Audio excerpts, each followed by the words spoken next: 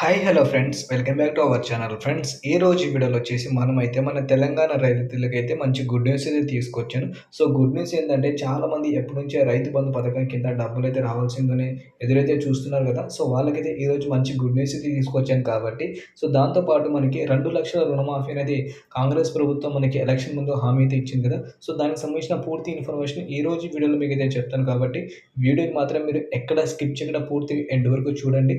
అలాగే మన ఛానల్ మీరు ఫస్ట్ టైం కనుక చూస్తుంటే మాత్రం సబ్స్క్రైబ్ చేసి మీరు పక్కనున్న బెల్ ఐకాన్ ఆల్ పెట్టి ట్యాప్ అయితే చేయండి. వీడియోని మాత్రం ఒక లైక్ చేసి మన ఛానల్‌కి అయితే డైలీ అయితే ఫాలో అవ్వండి. ఇలాంటి ఇన్ఫర్మేషన్ నేనైతే డైలీ అయితే పోస్ట్ చేస్తాను కాబట్టి మీరైతే ఫాలో అవ్వండి.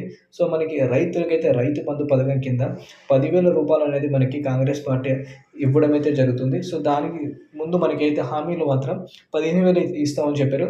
సో ఈసారి మాత్రం 10,000 అయితే ఇవ్వడం అయితే జరుగుతుంది. ఎందుకంటే బడ్జెట్ సమావేశం కాలేదని చెప్పి.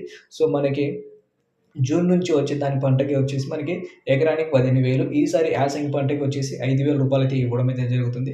సో 5,000 కూడా చాలామందికి రాలేదు. సో మళ్ళీ డబ్బులు ఎందుకు ఆపారంటే కొన్ని కారణాల వల్ల ఆపడం అయితే జరిగింది.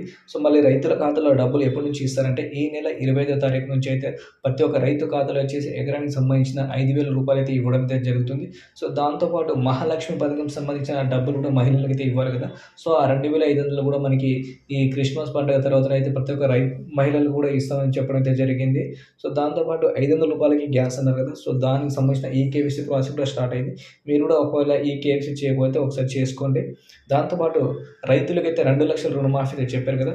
సో ఆ 2,00,000 రుణమాఫీ కూడా మనకైతే అతి త్వరలో అయితే ఇవ్వబోతున్నారు. ఎందుకంటే రైతుల డేటా అనేది వాళ్ళు మాత్రం పూర్తిగా కలెక్ట్ చేసుకున్నారు. సో ఎవరెవరి అలాగే ఏ జిల్లాలకి ఎంత రైతులు సెలెక్ట్ చేసి ఫస్ట్ విడతలో అలాగే సెకండ్ విడతలని వాళ్ళు పూర్తి ఇన్ఫర్మేషన్ అయితే తీసుకున్నారు కాబట్టి విడతల వారీగా మనకైతే రైతులకైతే రుణమాఫీ అయితే చేయడం అయితే జరుగుతుంది 2,00,000. సో దానికి సంబంధించిన పూర్తి ఇన్ఫర్మేషన్ నెక్స్ట్ వీడియోలో అయితే చెప్తాను కాబట్టి మీరైతే డైలీ అయితే ఫాలో అవ్వండి. వీడియోని మాత్రం ఒక లైక్ చేసి ఇదే వీడియోని మీ తోటి రైతులకు షేర్ అయితే చేయండి.